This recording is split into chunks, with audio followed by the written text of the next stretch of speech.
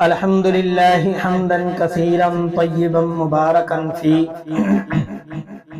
Lecture number 13۔ ہر قسم کی حمد و ثنا اللہ خالق و ارض و سما کے لیے، درود و سلام امام الانبیاء امام المجاہدین رحمت للعالمین پیغمبر علیہ السلام کی ذات و بابرکات کے لیے۔ حضرات و سامعین، آج ہم آپ کے سامنے سورہ یونس کی فضیلت اور اس کا شان نزول بیان کریں گے۔ سورہ یونس جو ہے یہ مکی سورت ہے، اور بعض مفسرین ایک روایت بیان کرتے ہیں حضرت عبداللہ ابن عباس رضی اللہ تعالیٰ عنہ کی۔ حضرت عبداللہ ابن عباس رضی اللہ تعالیٰ عنہ فرماتے ہیں کہ سورہ یونس کی 3 آیات مدنی ہے اور باقی سورت مکی ہے۔ وَإِن كُنْتَ فِي شَكٍّ مِّمَّا سے لے کر یؤمنون تک یہ 3 آیات جو ہے یہ مدنی ہے اور باقی ساری سورت مکی ہے۔ لیکن تمام مفسرین، زیادہ تر مفسرین کا یہی موقف ہے کہ سورت یونس جو ہے یہ ساری کی ساری مکی ہی ہے، اور آپ علیہ السلام کے مکی دور کے آخر میں یہ سورت نازل ہوئی، اور اس عظیم سورت کا نمبر 10واں بنتا ہے۔ یہ سورت توبہ کے بعد آتی ہے اور سورت ہود سے پہلا آتی ہے، یعنی سورت توبہ اور سورت ہود کے درمیان کے اندر سورت یونس کا نمبر آتا ہے۔ اور یہ سورت 11ویں پارے کے ربع سے اس کی ابتدا ہوتی ہے، اور 11ویں پارے کے اختتام پر یہ سورت ختم ہو جاتی ہے۔ اور حضرات و سامعین، اس سورت کے اندر اللہ رب العالمین نے 2 دفعہ حضرت یونس علیہ السلام کا نام ذکر کیا، اور غالباً 10 یا 12 ایسی صورتیں ہیں جو انبیاء کے نام پر صورتوں کا نام رکھا گیا، جیسے سورت آل عمران، سورت نوح، اور اس کے علاوہ سورت ابراہیم، اور اس کے علاوہ سورت لقمان۔ بعض اور بھی صورتیں ہیں جو انبیاء کے نام سے جن کی ابتدا ہوتی ہے، یعنی انبیاء کے نام پر ان صورتوں کا نام رکھا گیا، تو یہ بھی انہی صورتوں میں سے ہے۔ اس صورت کا نام بھی حضرت یونس علیہ السلام کے نام سے ہی رکھا گیا۔ تو اس صورت کی کل آیات 109 ہے، اور اس عظیم صورت کی الفاظ اور کلمات جو ہے وہ 1841 ہے، اور اس عظیم صورت کے حروف 7425 ہے۔ اور اس صورت کو سورہ یونس کیوں کہتے ہیں، وجہ اور سبب کیا ہے؟ اس صورت کی آیت نمبر جو ہے 98 کے اندر اللہ رب العالمین نے حضرت یونس علیہ السلام کا قوم کا واقعہ اور حضرت یونس کا واقعہ بیان کیا، اور اسی آیت کے اندر سے حضرت یونس کا نام اٹھا کر اس صورت کا نام رکھ دیا گیا۔ وہ واقعہ کیا ہے، اس واقعے کا پس منظر کیا ہے؟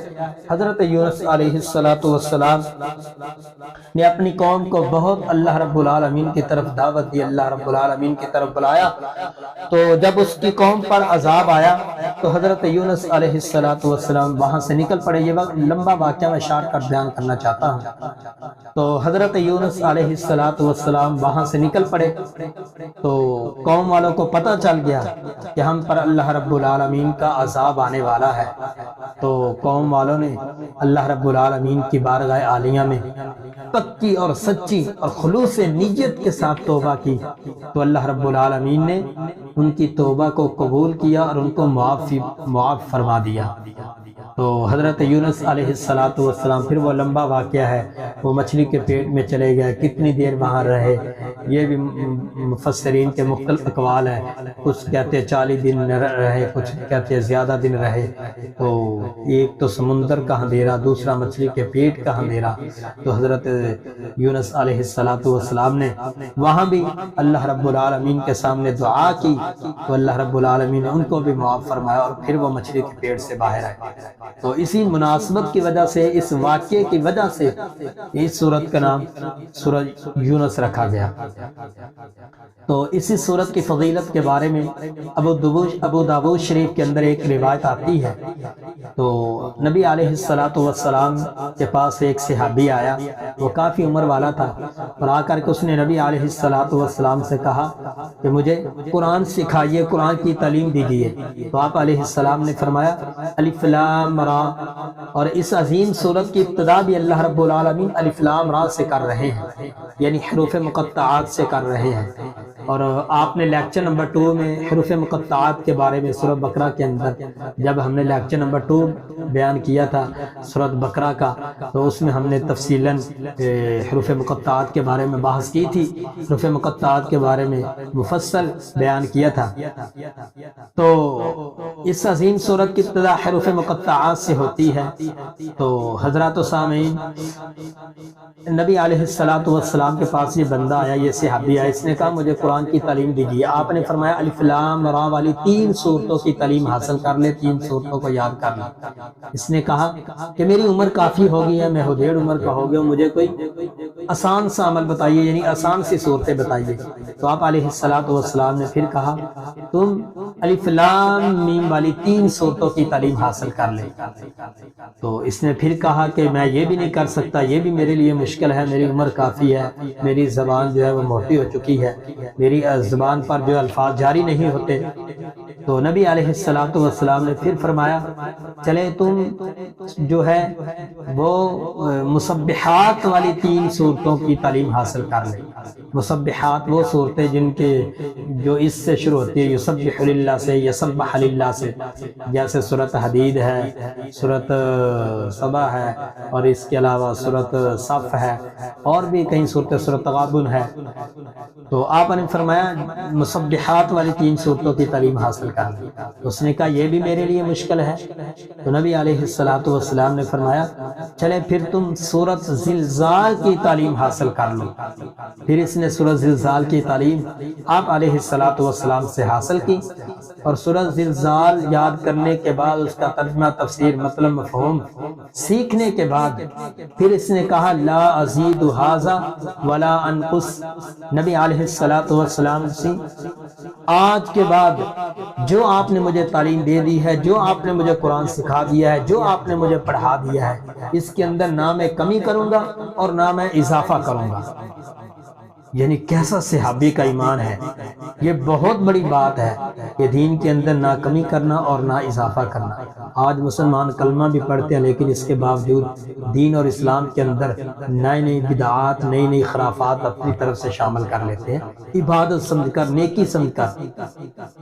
اور حضرات محترم، گناہوں میں سے سب سے خطرناک جو گناہ ہے، شرک تو ہے ہی بہت خطرناک گناہ ہے، وہ تو اللہ رب العالمین معاف ہی نہیں کریں گے، اور بدعت بھی بہت خطرناک گناہ ہے، کیونکہ بدعت جب بندہ کرتا ہے اس کو نیکی سمجھ کے کرتا ہے، یہ بندہ چھوڑ بھی نہیں سکتا، کیونکہ نیکی کوئی بھی نہیں چھوڑتا، تو بدعت کو بندہ نیکی سمجھ کے کرتا ہے۔ دعا ہے کہ اللہ رب العالمین ہمیں گناہوں سے محفوظ فرمائے اور ہمیں نیکی کے راستے پر چلنے کی توفیق عطا فرمائے۔ تو آپ علیہ السلام اس کو سورۃ زلزال کی تعلیم دی، پھر یہ چلا گیا لا ازید ھذا ولا انقص، محبوب میں اس میں نہ کمی کروں گا نہ اضافہ کروں گا۔ آپ نے فرمایا میرے صحابیوں اگر جنتی بندہ دیکھنا چاہتے ہو تو یہ جا رہا ہے، یہ جنتی بندہ ہے۔ تو حضرات و سامعین، ایک تو اس حدیث کے اندر، ابو داؤد شریف کی یہ حدیث کے اندر سورۃ جو ہے یونس کی فضیلت اللہ رب نبی علیہ السلام نے بیان فرمائی۔ آپ نے فرمایا الف لام را سے جو صورت شروع ہوتی ہے، تو سورۃ یونس بھی الف لام میم الف لام را، آپ نے فرمایا الف لام را سے جو صورت شروع ہوتی ہے، تو سورۃ یونس بھی الف لام را سے شروع ہوتی ہے، حروف مقطعات سے شروع ہوتی ہے۔ ایک تو اس سورت کی فضیلت اس حدیث کے اندر ہے، اور دوسرا اس واقعے سے، اس حدیث سے ہمیں سبق یہ ملتا ہے کہ اس صحابی نے بار بار آپ سے سوال کیا، لیکن آپ نے بڑی محبت کے ساتھ، پیار کے ساتھ اور اچھے لہجے کے ساتھ اس پر غصہ نہیں کیا۔ آپ نے جب وہ بار بار سوال کرتا تھا میں الف لام را والی بھی صورتیں نہیں یاد کر سکتا، الف لام میم والی صورتیں بھی نہیں یاد کر سکتا، مسبحات والی صورتیں بھی نہیں یاد کر سکتا، تو آپ پیار سے اس کو یعنی کہ نئی بات بتاتے، پیار محبت سے نئی بات بتاتے۔ کتنا پیارا آپ کا اخلاق تھا۔ اور آج ہمارا کیا حال ہے، ہم بھی اس نبی کے امتی ہیں، ہم نے اس نبی کا کلمہ پڑھا ہے، ہم سے ایک مرتبہ کوئی بات پوچھ لے ہم بتا دیتے ہیں، دوسری مرتبہ پوچھ لے بتا دیتے ہیں، تیسری مرتبہ کوئی پوچھ لے تو ہمارے چہرے پر 100 سلوٹیں پڑ جاتی ہیں اور ہم غصے سے اس کو جواب دیتے ہیں۔ تو نہیں حضرات و سامعین، ہم اس جس نبی کا ہم نے کلمہ پڑھا ہے اس کی سیرت کو بھی اپنانا ہے، ہم نے اس کے اسوہ پر بھی ہم نے عمل کرنا ہے۔ جیسا ہمارے نبی کا اخلاق ہے امتیوں کو بھی چاہیے کہ اس جیسا اپنا اخلاق بنائیں۔ تو اس سورت یونس کے اندر اللہ رب العالمین نے اور بھی بہت زیادہ واقعات بیان فرمائے ہیں۔ اسی سورت یونس کے اندر اللہ رب العالمین نے مرنے کے بعد جو سزا اور جزا والا معاملہ ہے وہ بھی اللہ رب العالمین نے اسی سورت کے اندر بیان فرمایا، اور مشرکین مکہ کے عقائد اور آپ کی نبوت کا انکار کرنے والوں کے 5 شبہات بھی اللہ رب العالمین نے سورہ یونس کے اندر بیان فرمائے۔ اور اس کے علاوہ